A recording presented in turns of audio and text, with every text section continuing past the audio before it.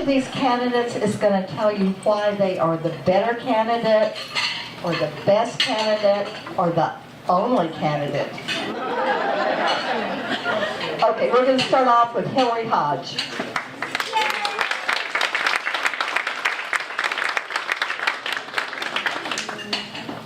A wonderful thanks to the business and professional women of Nevada County for hosting this great event. I really appreciate all of you. I know it's hard to organize events, and this is a hit. It's been wonderful, and a huge thanks to Summer Times as well. I'm Hillary Hodge, and I'm running for Nevada County's District 3 Supervisory District, which covers the city of Grass Valley and surrounding neighborhoods. When I moved to Nevada County almost 10 years ago, one of the first things I did was sign up to volunteer. I threw myself into this community with my whole heart.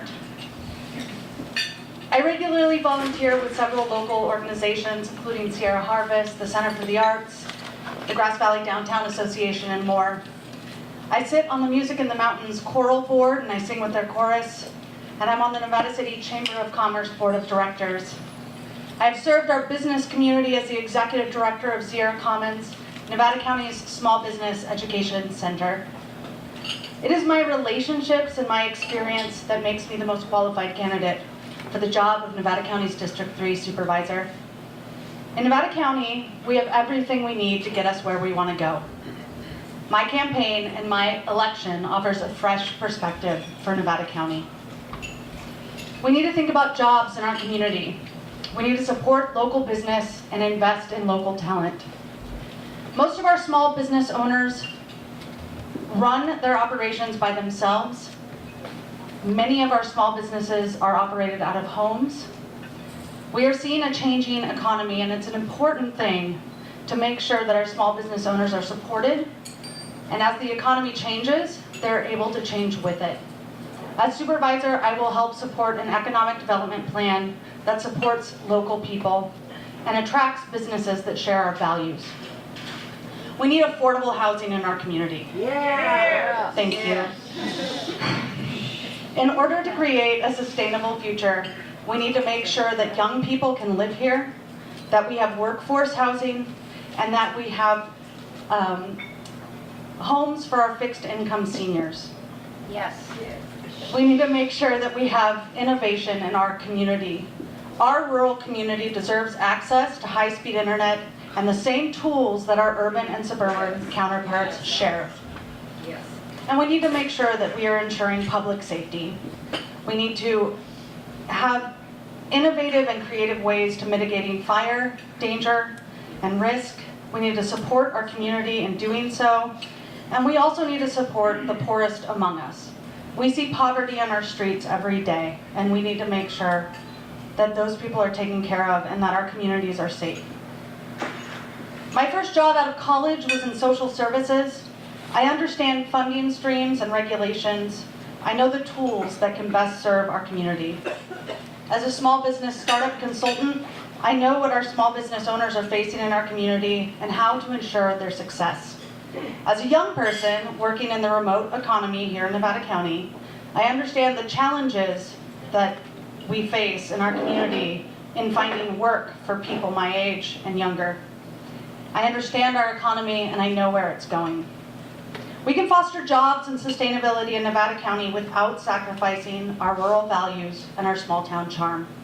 We can solve the challenges we face in our community with creativity and common sense. Our community deserves a future that we can believe in. I believe that I'm that future. I am not running to simply win an election. I am running to do the job. I am running to do the work. I am running to serve our entire community. I am running to serve Nevada County. My name is Hillary Hodge, and I hope you'll vote for me in District 3 for Supervisor on June 5th.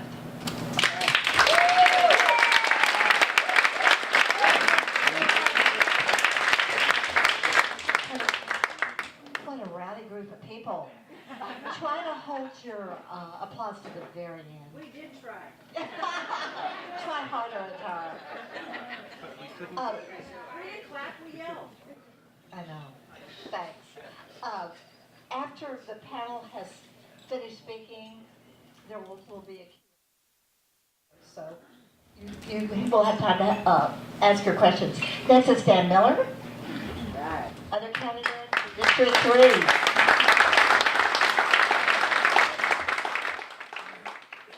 Yeah, my name is Dan Miller, and I am the incumbent District 3 representative. I'd like to thank the Business and Professional Women for putting on this forum this evening. It's the first of the campaign season, so I'm happy to see the attendance here today.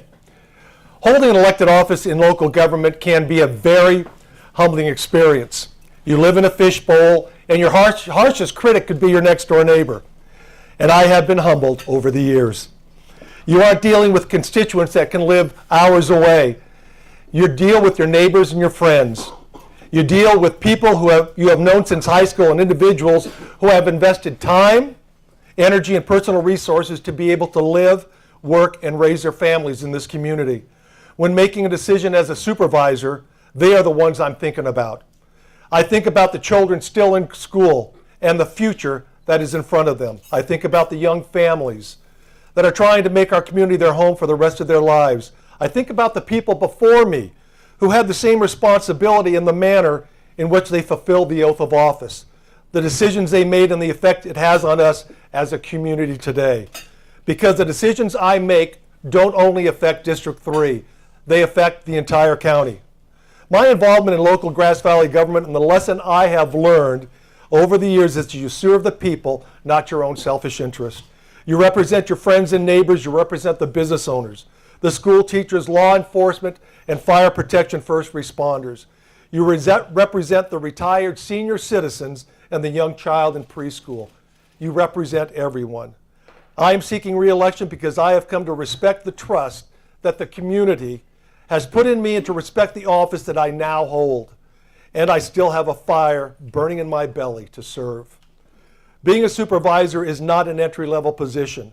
You don't learn to ski on a black diamond run. It takes time, patience, and understanding to be able to function at this level. Over the years that I have served in elected and appointed positions, the knowledge that has been developed has enabled me to address issues and solve problems that others would find difficult. I understand the process of local government and the need for patience because you're making decisions that affect everyone. Relationships are a key component when it comes to getting things done as a team. I have built those relationships over the years with business owners, with city councils, and city staff. As a member of the Transportation Commission, as chair of the Regional Housing Authority in LAFCO, as a county representative to the Rural County Representatives of California Board, I have built the relationships with other county supervisors and have gained their endorsements for re-election. Why have I been voted into office over the years? Very simply, the people in Grass Valley and District 3 trust me to make decisions that are good for the community and for them. They trust my integrity and they respect my values and principles.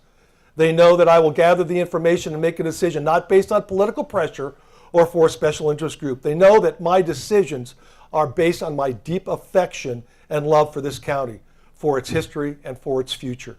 Current and former Grass Valley Council members and mayors endorse me because they know I am qualified for the position that I now hold, and they know they can count on me to represent their interests at the county level. Lisa Swarthout, current vice mayor and former mayor, writes, I am very happy to support Dan. He really is the best champion for Grass Valley that we have ever had at the county. Quite a statement from someone who has a passionate love for the city. This job requires experience, understanding, and dedication. This is not the place for a novice with no previous experience. This is a challenging position that should be taken seriously. That requires a knowledge of governance and the ability to work as a team with the other supervisors and county staff to accomplish the goals before us. Thank you.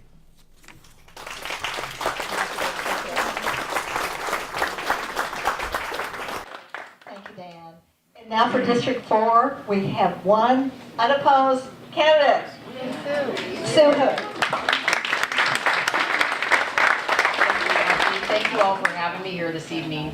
I know it's kind of interesting. I look out across here, I see friendly faces that I've known forever. I mean, everyone running I think I grew up with, so that's kind of interesting, or part of family. So, and then you see another group that is all new and has a passion for this community just like I do. So why did I run for this? I'm not sure. Sometimes I think this might have been the craziest thing I did. I'm a ranch girl. I'm a 5th generation Nevada County girl. I grew up here, I went to school here, I've had my children here, my grandchildren are 7th generation. I live on the ranch at my family. They bought it in 1874. And so I'd say we've been fairly sustainable because it's still in business. And it's been my real passion. So in the county, I've worked through the Ag Commission, and that's just been a very rewarding experience, helping work on the ordinances and how are we going to keep people in agriculture in Nevada County. I'm on the Resource Conservation District Board. I've been the president there for 2 terms. And again, our resources are such a value to where we live. We've been dealing with fires, which is close to everyone's heart. So that's something that we are going to continue to work with, and something as, if I'm elected, we'll stay working on for sure. We have to keep our community's fires safe.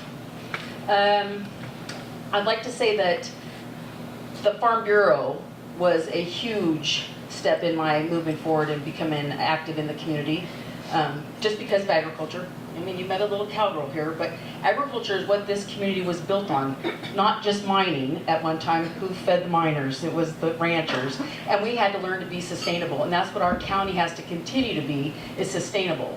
Economically, but also we want to keep that rural lust of the county. We live in such a beautiful, amazing place, don't we? So that was one of the reasons when somebody came to me and said, Susan, this is your time. You should do this. You have a love for this community. Your roots are about as deep as they get, and I can tell you the roots are deep, and I plan on dying here. So they don't get much deeper.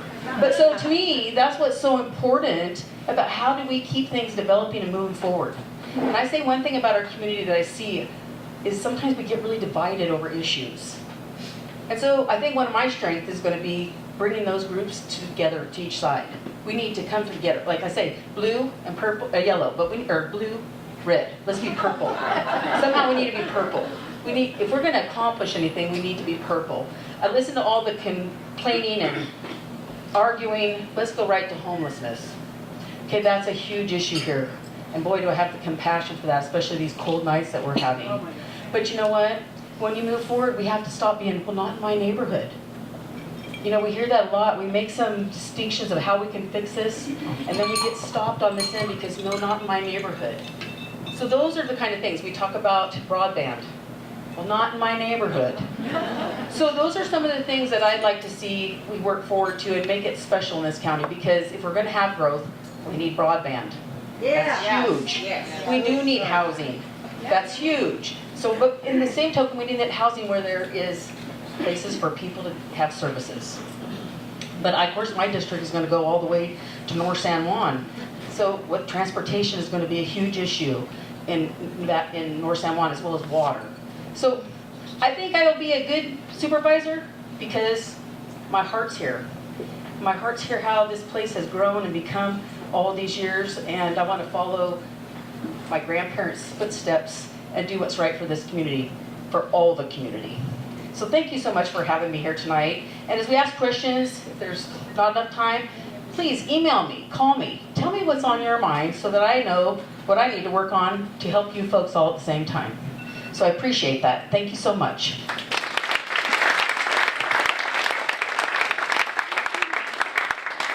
Thank you, Sue.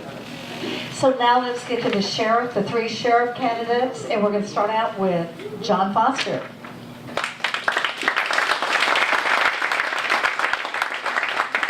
So this is an amazing turnout. I don't know if you know, but many people were turned red tonight that wanted to come.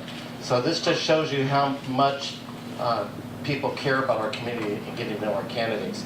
Now, the good news for you, the challenge for us sheriff candidates, we have 6 more candidate forms coming up. So, and they'll be posted on our web pages, I'm sure, and our Facebook. So there's plenty of opportunity for others that may have missed out tonight. But thank you for coming tonight. I really appreciate you folks putting this on, and the other folks who have come here to listen to the candidates speak tonight. So many in this room I know. For those that don't know me, my name's John Foster, and I want to be your sheriff. I have over 3.5 decades of law enforcement experience. 27 of those years were in leadership experience, and there's a big difference between management and leadership. I was very fortunate to be the Grass Valley Police Chief for almost 18 years. And during that time, I was proud of the culture change that transpired during my leadership. We created better services with the community, accountability, and a deep sense of trust. The legacy that I want to continue with is to go deeper and richer with the Sheriff's Office. But I want to shift tonight, just briefly, because the incident that occurred in Florida is tragic. And as your sheriff, I think you need to know how I'm going to handle such an incident. And that is that the schools and the Sheriff's Office need to work together, not on a press release, but live. Many people don't know the Sheriff's Office signs off on all the school safety plans. And as your sheriff, I will ensure you that we will have best practices in those safety plans, and those safety plans will follow the state mandates. Part of that safety plan is practicing with the kids, the children, the teachers in the schools, and we will go into the schools and we will practice, and these kids will learn how to escape danger. And the deputies will be present, not for us to practice, but for us to be there to support the teachers and the kids during these practice sessions. The second item that is important is I will create a multidisciplinary team with school officials and law enforcement. State statutes allows us to share confidential information that we can share with school administrators. The goal is to prevent these shootings and these tragic incidents before they occur by sharing that very valuable information with the school districts. My proven track record and my leadership skills define me as the best candidate for sheriff in Nevada County, and I promise you that I will work collaboratively with the schools to make our schools safe and our children being able to come home each day from school. So thank you.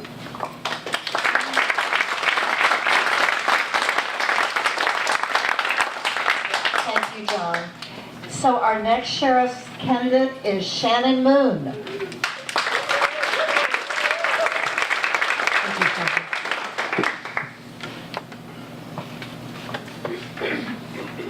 This is a nice view. You can see the view from where I stand, right? Thank you to the business and professional women of Nevada County for organizing our event tonight. I hope, as you realize, as I do, that I am a product of your organization and your mission. I am Shannon Moon, and I'm running to be your next sheriff because I genuinely care about this community, and I believe we deserve the absolute best in public safety services. I am the most qualified candidate to lead the Nevada County Sheriff's Office into a new direction and into the future. I was fortunate enough to have been born here in this wonderful community 50 years ago, even though women aren't supposed to say their age. And I am a product of amazing parenting. I have chosen to stay in this community and raise my own family here. I have dedicated my entire 27-year career to providing law enforcement services to this community. As a 27-year career employee at the Sheriff's Office, I have had the fortunate opportunity to work for 4 different sheriffs in this community, each with very different leadership styles. I believe that as a public servant, my loyalty lies with this community and the mission of our organization. I was 22 years old when I started at the Sheriff's Office. Seems like a long time ago. I started as a correctional officer in our correctional facilities. Then, in 1990, Sheriff Bill Heafy hired me as a correctional officer, and I worked at our downtown main jail. I worked at our detention center, which was a minimum security barracks out on Willow Valley Road, as well as the Truckee jail, and then what I like to call the new jail, opened in 1992, the Wayne Brown Correctional Facility. As I was a correctional officer, I decided I wanted to become a deputy sheriff. So I took the initiative, and I put myself through the academy while working full-time on the graveyard shift inside that jail. I graduated at the top of my class, and I think most importantly for me in my career, the academy that I chose to go through was in Sacramento, California. and I was exposed to other women in law enforcement, and as important, other women leaders in law enforcement. I was hired as a deputy sheriff and quickly became a detective in our office and worked both our major crimes unit and our narcotics task force as a detective. I was promoted to sergeant, lieutenant, and captain, which is the highest level attainable in our office, each being the first woman to earn that rank in the history of our department, dating back to 1851. As a captain, I have commanded all 3 divisions of our sheriff's office. At every job, I have promoted innovation and found efficiencies in the services that we do provide. My vision is to restore the trust and partnership with the sheriff's office in our community, to develop better relationships with all of our community members, no matter your political, religious, or business affiliation, to collaborate with our other law enforcement partners, our service providers from both county and city entities, and our wonderful, wonderful nonprofit organizations.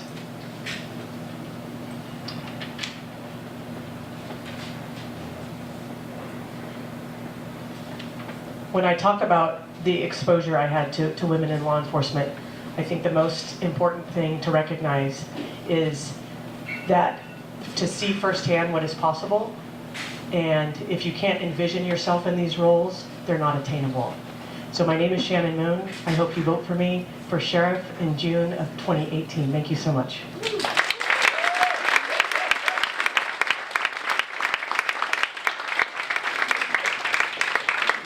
Thanks, Shannon. And so our third candidate, Bill Smethers.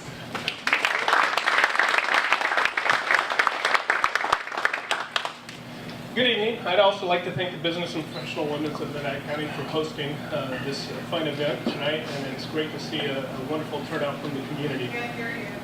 I'm sorry. Is that better? Yes. Okay. So Nevada County continues to be a great place to live and raise a family. Yet, having grown up here, being born and raised here, just like a lot of the other candidates here, I can tell you that the face of Nevada County has changed drastically in the recent years.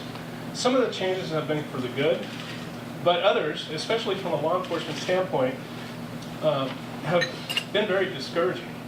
The Sheriff's Office and surrounding agencies have been seeing an increase in the crime level and the drug use, along with the homeless population too. Nevada County has some challenging times ahead of them, and there's some tough decisions that need to be made. This is why it's so important when you cast your vote for the sheriff's position that you choose the person that has the experience and knowledge necessary to lead this office. It's important to remember that the Nevada County Sheriff's Office is unlike any other law enforcement agency in Nevada County. We are responsible for more than just law enforcement services. We're responsible for the public administrator, the coroner's division, the civil division, the corrections division, and court security, along with animal control. Since promoting to the rank of lieutenant, I have had the opportunity to manage every one of those divisions within the sheriff's office. I've been boots on the ground with the men and women from investigations to patrol, and currently now as an executive lieutenant in the Wade Brown Correctional Facility. As sheriff, I will bring a proactive approach to dealing with crime in the community to not only keep you safe, but help reduce the recidivism that we see that is so prevalent in our community. I will work diligently with all of the other law enforcement agencies up here to combine our resources and our efforts to combat the major issues affecting Nevada County. As important as interagency relationships are, in my 24 years of law enforcement, I have learned that our most important resource is the community members.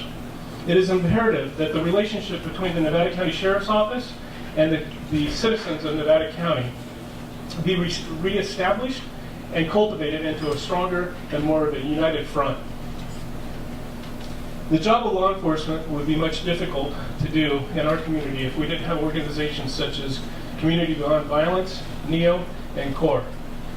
These help provide services to victims, educate the youth, and provide substance abuse treatment to the people in need. when elected, I will bring not only the knowledge and experience necessary to lead the sheriff's office, I will promote and instill integrity, honesty, and openness to the community.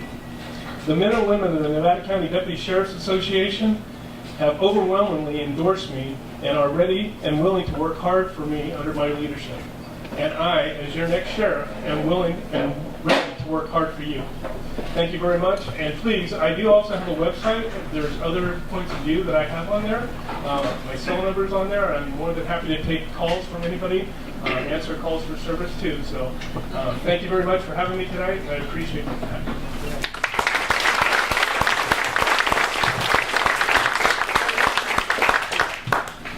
So, let's give a big round of applause for our panel.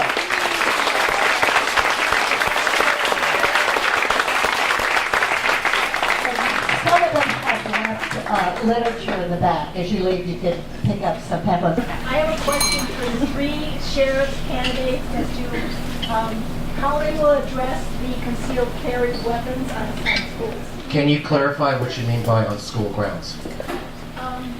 Right, the way it stands right now, if someone can go on the school ground with a concealed carry permit, with a gun, Correct. So how can we stop that? the question is, how can we stop carrying concealed weapons on school grounds? I guess my response is the current concealed weapons process has a vetting process. The people carrying concealed weapons go through a background check, which includes fingerprinting. They go through a vetting process of an interview. They're qualified to be trained to carry the weapon. And then the other area is we only have approximately 1,400 people that can carry concealed weapons on school grounds, if that was the case, through Nevada County. So I don't see us changing any practice. That would be up to the schools working with the sheriff to see if they want to work on possibly changing the practice. But right now, they're allowed to carry guns on school grounds.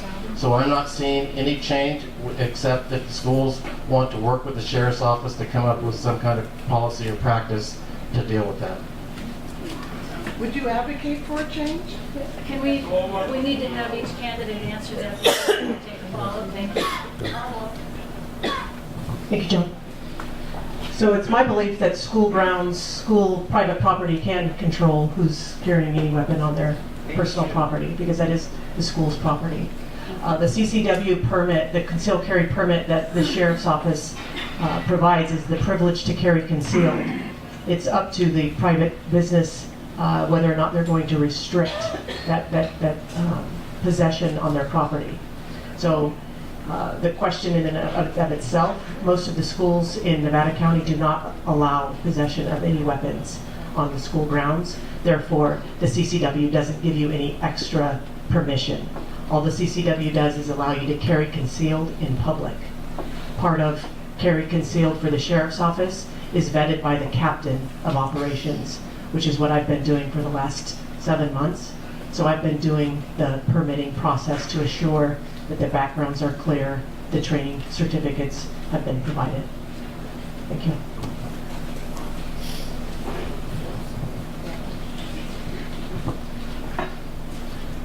So as a lieutenant with the sheriff's office, I also filled in for the captains when we did interviews for CCWs.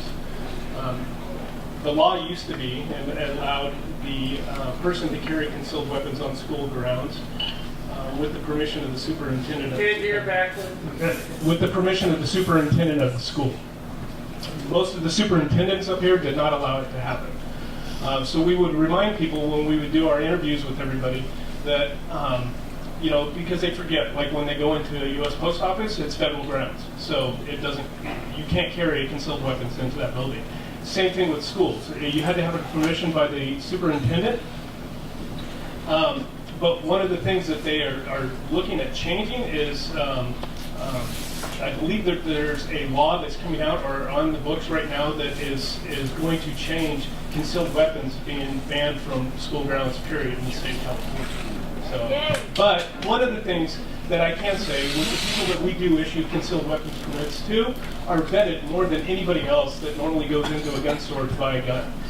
Those are the individuals that we do not have to worry about in Nevada County.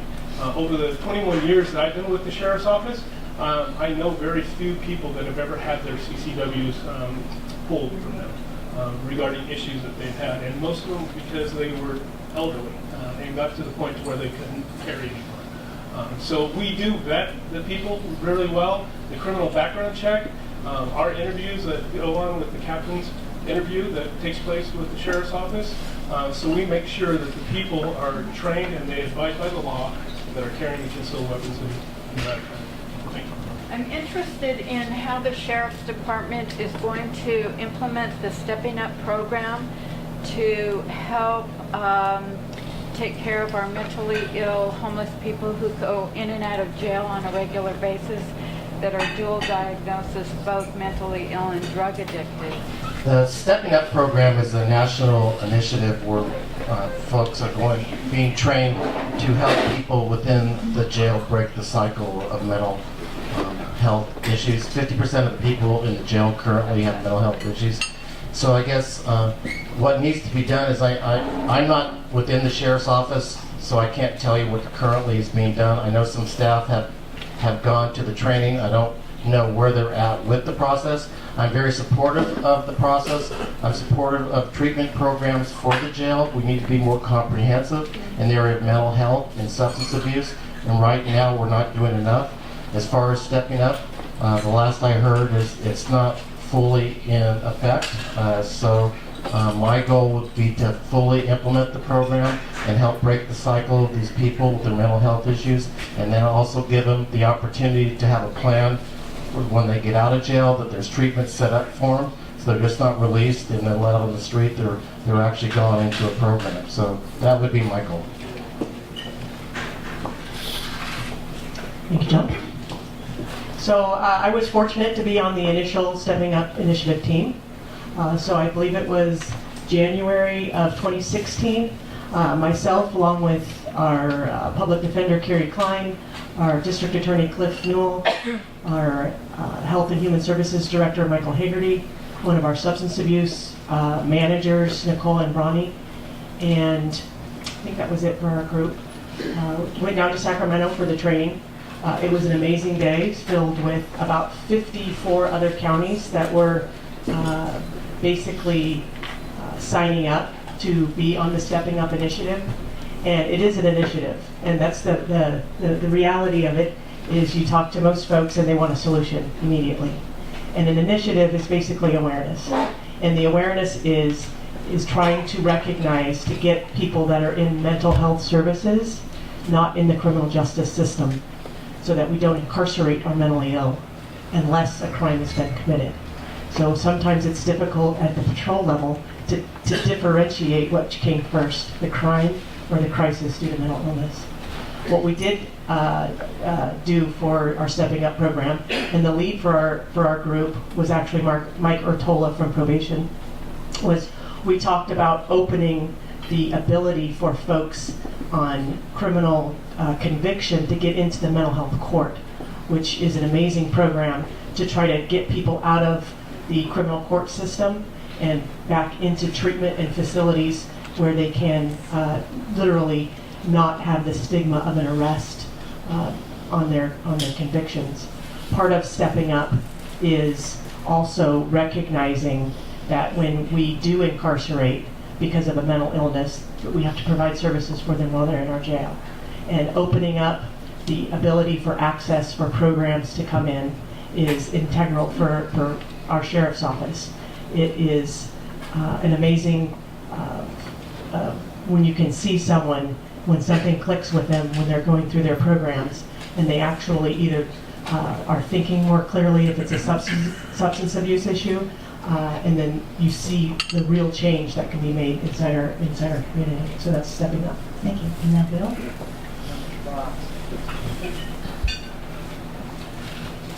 So as the executive lieutenant at the Wade Run Correctional Facility, that is one of my duties. I work on the contracts, and I also do the programs within inside the facility. When I came back over to the correctional facility 6 months ago, it's kind of frustrating, really, because they were still trying to decide what the definition of mental health was. So we started, and we've been meeting monthly. We're still developing a program right now to be able to track the individuals that are coming in and the mental health issues that they're facing. There's a lot of issues that go along with it because of the way that they want to track them within the state of California. There's HIPAA issues. So I brought up some of those issues to them with the information that they wanted us to release. So we're trying to develop a program that we can identify them, what their gender is, their age, if they've been arrested for misdemeanors or felonies, and also length of stay. One of the big things that we face up here in Nevada County is the revolving door. We have people that come in and they're booked in the facility and they're here for 24 hours. They see our mental health, but they don't meet the criteria, so they're out the door, they're back down the street, the next local law enforcement agency deals with them and they're back in. So what we've tried to do right now is we're trying to track the individuals that are staying with us longer than 14 days. So we're setting up that program right now. It's still in the works. The last 2 conference calls from the national organization, nobody answered the other end of the line. So I don't know, to be honest with you, where it's going in the state of California, because it is a nationwide organization that they're trying to help the mental health. But one of the issues that we don't have, and especially in Nevada County, is the services that we need to provide to the mental health individuals that we're dealing with. Our correctional facility is not designed to deal with the type of inmates that we're bringing in right now in our community. It's not that we're importing those individuals, they're coming here. And they're part of the homeless population that you see out there. And when they commit a crime, people want them to be held accountable for the vandalism, the thefts, and different things that they're doing. But when they come in, they're facing several different mental health issues, usually some type of substance abuse, alcohol and narcotics, something like that. But they don't stay with us long enough to be able to actually track them and get the help that they need. And so that's one of the big things. It's a financial thing in the state of California with no mental health hospitals to provide the services to them and get them into the treatment that they need. My name is Kate Wanamaker, and I have a question for the supervisor candidates. We are seeing a lot of people, especially young people, either moving away or not coming back to the community. I know for me, I had to fight when I first moved here to make it work. So I'm wondering what your thoughts are on why people are leaving and not coming back, and what we can do in our county to help them stay or get them back here. Did everybody hear the question in the back? For the supervisors about young people who move away because there's no opportunity here, and so what the supervisorial candidates feel can be done to make it easier for young people to stay or to bring them back. Let's start with Dan. You know, the problem's been a historic problem. Okay, I'll tell you, when I graduated from high school in 1965 at Nevada Union, the first thing we all thought about was getting away. Thanks, Jim. And finding a way to be successful in life. What the problem is back then, you know, timber was king, but it was seasonal. The mines had closed. We didn't start developing jobs until high tech came into the area. And then when high tech came in, Alta Sierra was built out, Lake of the Pines, Lake Wildwood were both built. And so young people then had an opportunity, but the emphasis was on getting a college education. Kids went away to school and they never came back. Why? Because their field of study was probably somewhere else than Nevada County. You know, a few came back, but they came back into family businesses. B&C True Value Hardware, Hills Flat Lumber, Yuba River Lumber that some of us will remember. What's happening now and what should be happening more is that we've got we don't have a surplus of workers anymore. We need more tech workers. We need more people in the trades, learning the trades. Construction industry is having a very difficult time in Nevada County finding qualified people. You look at what's going on down at Sierra College in the Rockland campus, and it's remarkable what they're offering as far as the Haas Industrial Learning Center, what they're teaching young people to do that will train them for and make them available for the trades. the trades are, when the trades work, our economy's good. Our trades aren't working up here. Cabinet makers can't find people to hire to build cabinets, to train to build cabinets. Contractors Association complaining because there's no plumbers, there's no electricians, there's no one that wants to do that type of work, and there's too much emphasis on, I believe, getting a 4-year degree, and a lot of kids don't need 4-year degrees. They can go get trained in some industrial technology and make as much, if not more, than someone coming out of college with a 4-year degree. So I believe that more emphasis really needs to be spent on teaching kids and getting back to the industrial arts. Then I think we might see more kids staying here, developing a qualified workforce, basically.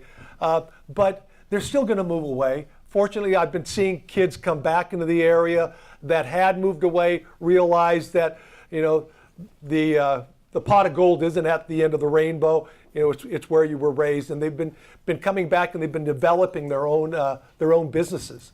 So that's about the history lesson on that.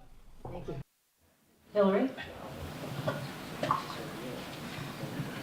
Thank you for asking that question. This is something that I'm very passionate about.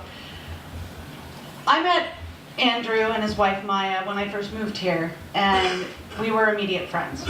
He grew up here. They met in college. She moved here with him. They planned to raise their kids here. And we had a great time singing in Music in the Mountains chorus together. They, you know, with all their hearts, wanted to stay here.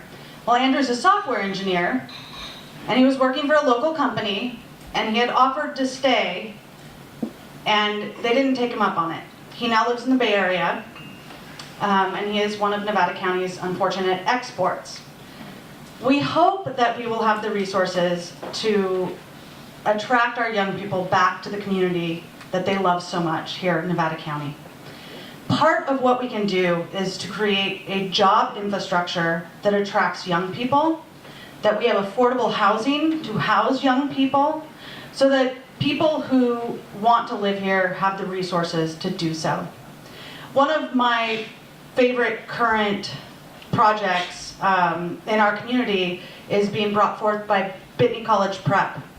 Some of you may have the opportunity to work with their internship program. Their students on Wednesdays, their entire student body goes to a community or community member organization, business, and they work with those businesses to learn skills, to have workforce training, so that when they graduate, they have a skill, they have something that's available to them to do. And that may be something that they can do here, it may be something that they take with them to college, but hopefully it's something that they're able to bring back. So I think if we provide an infrastructure for jobs, if we provide an infrastructure for affordable housing, we will see more young people being able to stay. I also think we need to take advantage of the remote economy and the gig economy. This is something that is working really well for young people. This is something that people can do from their homes, from a co-working space like Sierra Commons, where I work, where people with a skill can work within our community, can work with companies who are not here doing a service for them, and making sure that they have access to create a job with a livable wage and to have a sustainable future here in our community.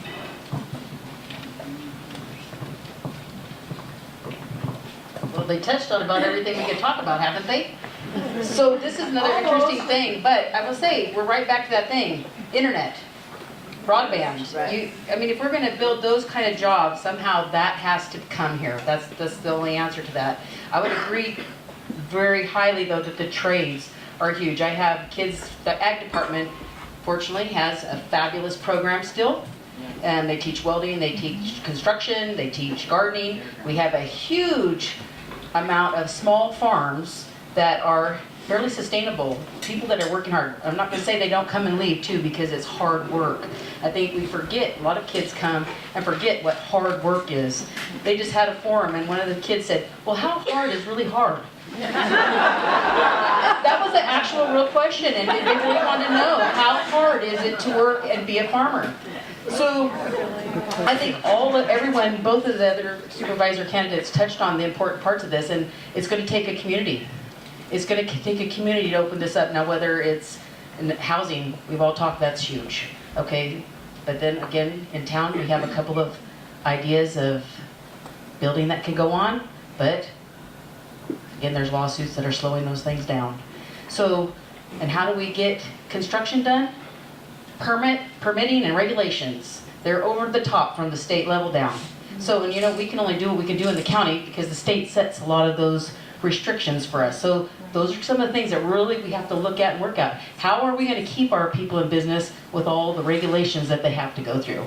Starting a business is hard here. The hoops you have to jump to for a small business person. Luckily we have small business loans, there's people that work with that. But I'm just saying, when you start a new business here, it is a challenge. So, can I fix that? No, but I can tell you what, I'm going to work hard from the supervisor side to work on all those types of issues, and we'll have to do it together as a community. My name is Jeff Winsell, and my question relates to the frustration and our inability to get fiber optic cable in this area. So is this for the supervisors? I'm sorry, for the Okay. supervisors. And I want to know why nothing is happening regarding forward progress. We're having more people telecommuting, tech people in the Bay Area. I mean, telecommuting is growing. But how can we attract people up here if we don't have fiber optic? No. We know that this has been an ongoing process, and I'm sure a lot of us are frustrated. Part of it is political will. We do have a congressman who voted against the rural broadband bill. I'm not sure why. I think that his constituents would probably benefit highly from having rural broadband.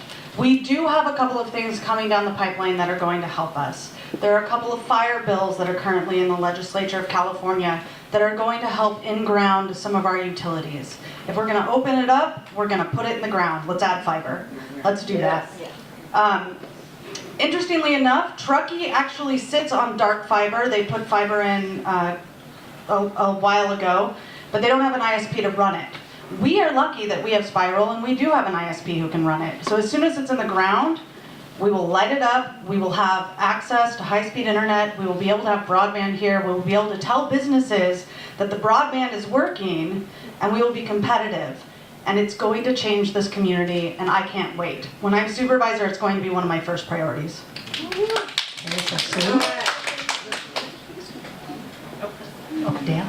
Yeah, we've been struggling for a long time now. Cap and trade money, which most people don't understand what cap and trade money is for.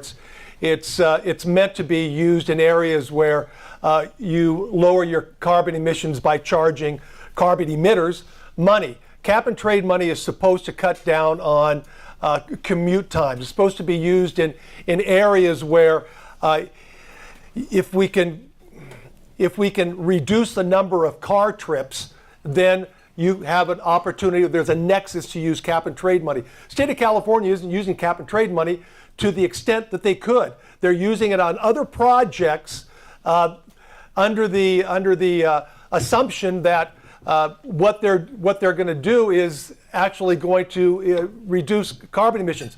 We need to use cap and trade money for fiber optic. We are an underserved area. We talk to our assemblymen, we talk to our state senators, we talk to our congressmen and say, we are underserved. This is a rural area, but all the political will lies in the urban areas. All the votes lie in the urban areas, and we have to fight for everything we get. Fiber optics is a huge advantage. Sure, spiral internet, looking at a 16 million PUC grant. Problem is, we've got to find matching funds in order to use that PUC money. The fiber optics is intended to go out Highway 174 and give service to that underserved population. So we hope that using cap and trade money is going to provide some financial means for us to put fiber optic in the ground. Third is not easy because they already talk about everything you want to talk about. So one thing I will tell you, though, we should be thankful for, at least we still have landlines. So that's been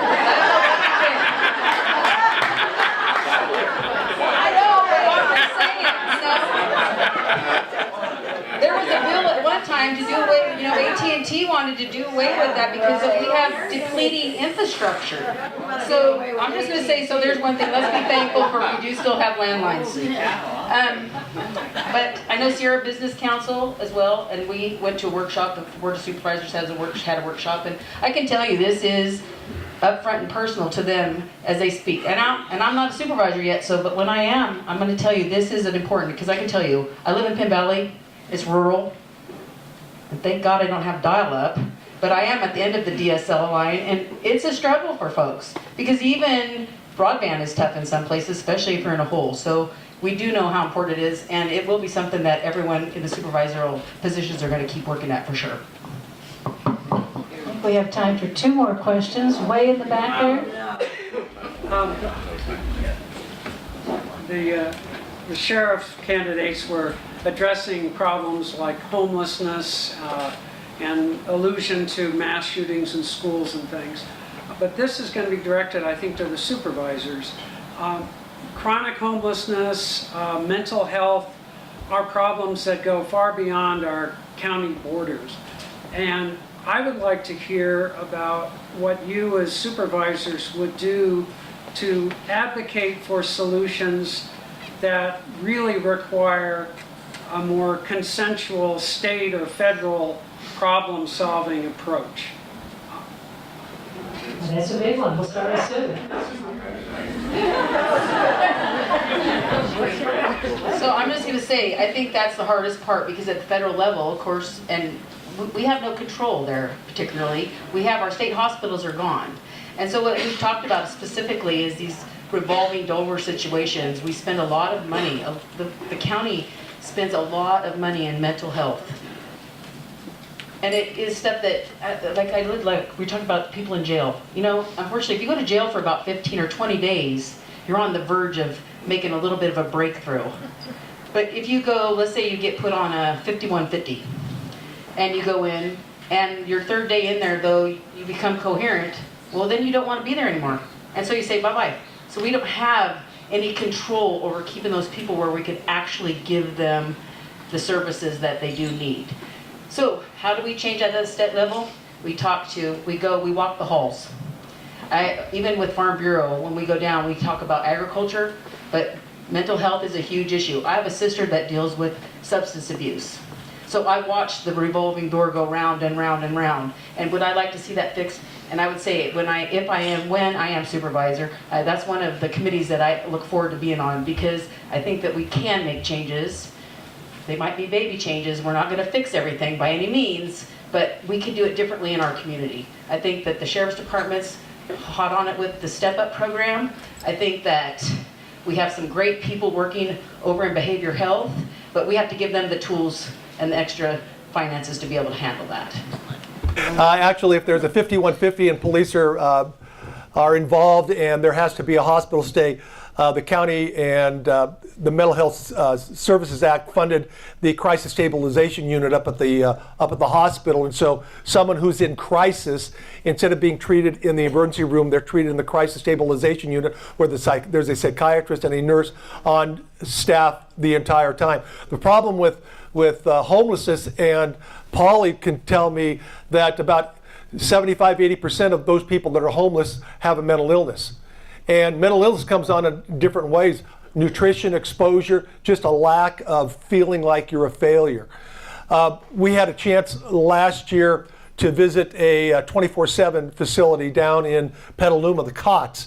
Mike Johnson, who's the executive director, was homeless for 8 years. We need to give people a purpose in life. The county is spending this year $500,000 directly related to dealing with the homeless issue. It's something we've never done. It's a priority A for the county. That's what we're going to do. What we want to do is we want to create a first a daycare center where the homeless during the day can go and get their laundry done, receive services from the county. Because the county workers, social workers, can't go out in the woods and find these people. But if you create a place where you can reach them and give them the services they need, it's a step forward. Ultimately, we want to see a 24/7 facility here in Nevada County. we're going to have to find a way to fund that 24/7. But then you have people there, you make them accountable for the time they're there, but they have to go through the services. You got to end the cycle of homelessness, and you have to give people a purpose to live. And mental health and behavioral health are both totally sold on this. Social services, Michael Hagerty, they're heading in that direction. The Board of Supervisors, we are heading in that direction because we have to end that cycle of homelessness. We have to get these people off the streets. We have to get them out of the woods because of the fire danger that they create. Constituents are continually complaining, but to end that cycle of homelessness, you got to give people a purpose for living.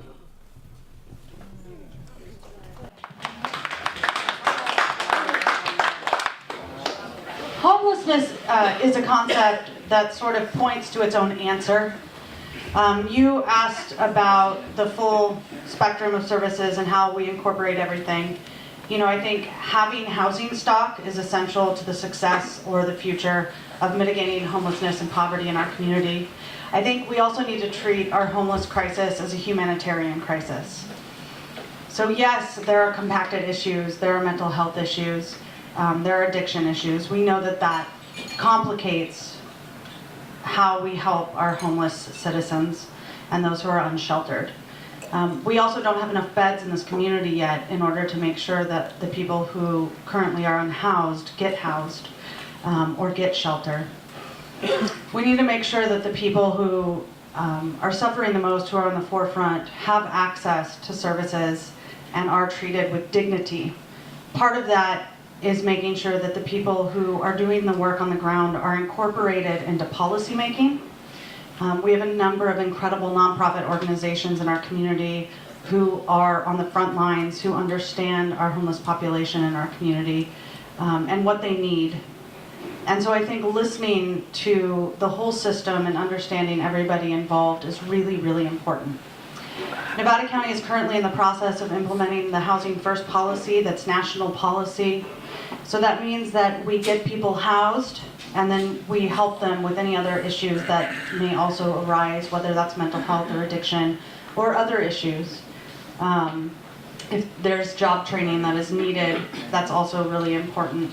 So approaching our homeless population with humanity and approaching our homeless population with the entire skill set of our community will help to solve the issue. Thank you. No, I just have a question for the supervisors. I was surprised to hear that I talked to many young people who are interested in the cannabis cottage industry here in our community. I know it's controversial, but it seems to be something that the young people are interested in doing, cannabis farming, and wondering how you feel about that as a, quote, job opportunity or a way to serve, to have employment and also support the community with their tax dollars. What we're trying to do at the county right now is craft a reasonable ordinance, and we're going to deal with cultivation first. Where people can grow cannabis, for me, we're going to take it out of the neighborhoods. It's not a good thing for neighborhoods to have to suffer. We'll move it out into the ag areas. Where yeah, I was looking at Susan. Where it belongs. The thing that the state has, they have 17 license types. We are not going to be able to deal with all license types right now. We're going to have to take it a step at a time.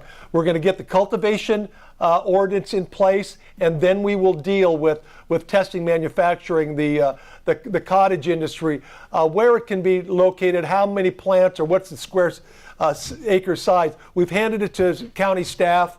We're going to have another meeting March 6th where the community will be able to come back again and give us their opinions and ideas. But as far as a job generator, it's really hard to tell until we actually start moving in that direction.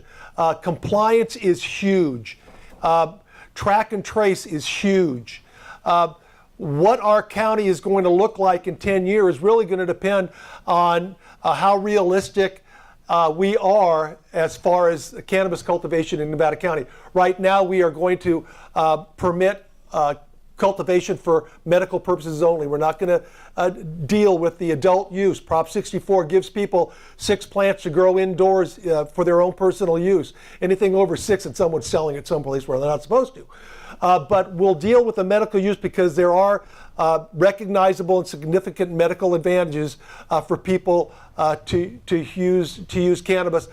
Forest Herd Sun Silas is the primary example of that. So we're working on regulations. We're going to be very deliberate in how we do it.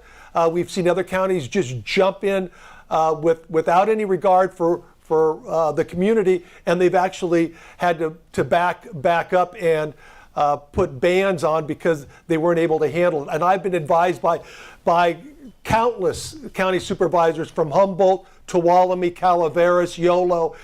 They all say, Dan, you guys take it slow, because you want to be able to know how county staff is going to be able to handle it.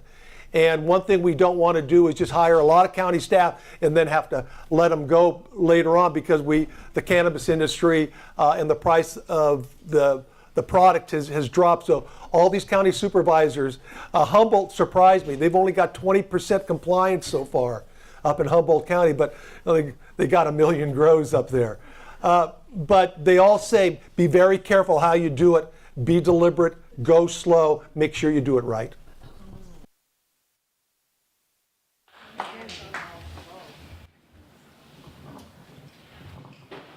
So I think the question was, do we think there's room for economic development and jobs? The state of California made it legal. And as we move forward in this medical side of it specifically, yes, there's going to be. I mean, we already see that in Nevada City with the dispensary that's going to open up, that's going to employ people.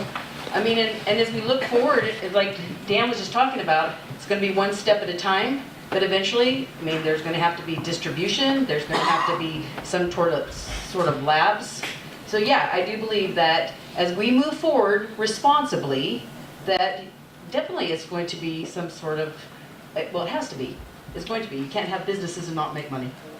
So yes, I do support that because it is it's legal by the state of California, and I am looking to this board of supervisors to help make really good decisions for all of us. Because back to that, the neighborhoods, we have to look to protect everybody. But yeah, I do believe that the dispensaries, laboratories, distribution, gotta make money.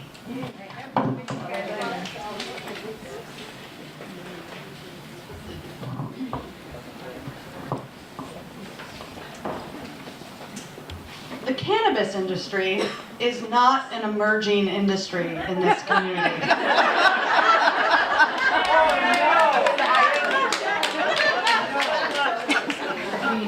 The Nevada County Cannabis Alliance has over 400 members. It's a community advocacy group. There seems to be a lot of will to abide by the law, to be regulated, to be traced, to be tracked, to pay taxes, to be upstanding citizens, to have an ordinance that they can abide by. And it's important for our community of small farmers who are growing cannabis to have some direction, to make sure that they have sensible ordinances that can help them move forward with their business. We have an opportunity here in Nevada County to pioneer what sensible cannabis looks like and how to economize and make sure that we have the best benefit in our community from this economy we know is already here and is on the verge of legitimacy. Yes. Does anybody have a question for the sheriff's candidates? Over there then. Okay, this will be our last question. Yeah, I'm Kathy Davis, and I'd like the sheriff candidates to describe what they've done in leadership roles to diversify their officer populations, with minorities and women in particular, and what steps they've taken to have that diversity effective in their organization. Great. What have the sheriff's candidates done within their organizations to help promote diversity of the types of people who are in the jobs? So let's start at this end with Bill, and then we'll come in this direction.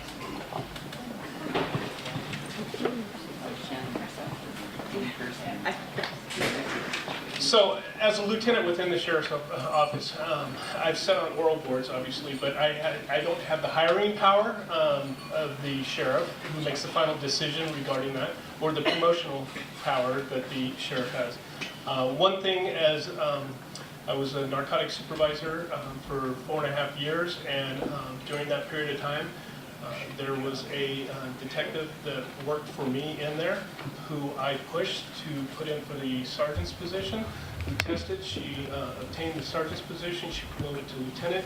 She's now one of our female captains in the department too. One of the big things working in the jail, we currently have three out of the 5 sergeants are females. We also have a training officer that's a female. It's very important to have the diversity of male and female both in law enforcement, but just like anything else, male or female, if they can do the job, that's the most important thing. It doesn't matter.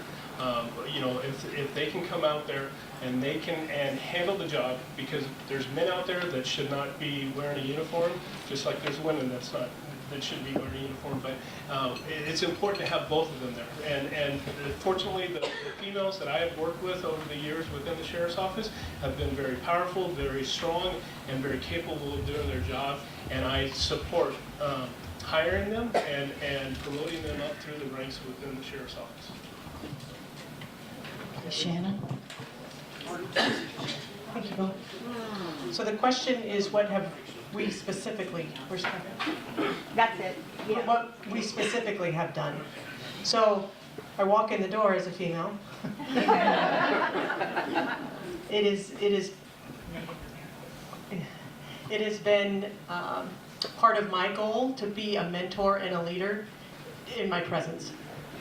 If I didn't have the ability to meet a lot of the women leaders in law enforcement that I met at the young age of going through my academy and seeing and envisioning yourself in those roles, it's hard to attain promotion within any organization if you don't see yourself there, right? Part of my history and who I am is I am also Native American. So part of looking at diversity isn't just always gender. And we have to recognize as different genders, we lead differently, we police differently. Part of what I think that collaboration with what men and women do in law enforcement and how we work together, when you have that teamwork together, you can provide great services for our community. So in my current role as a captain, I also sit on lots of oral boards for promotions. I do have a voice with our sheriff when we do hires and we do promotions. And I think that's one of the most important roles that we need to look forward in your sheriff, is the recognition of how important that decision is. Assuring that the people that are coming to work for you and provide your services in law enforcement are doing it for the right reasons. But it's so imperative that we promote the right people, that they understand their role in our organization is to supervise, to have that level of accountability, and really provide the best services in our organization. So those are the things that I've done for the sheriff's office. Thank you.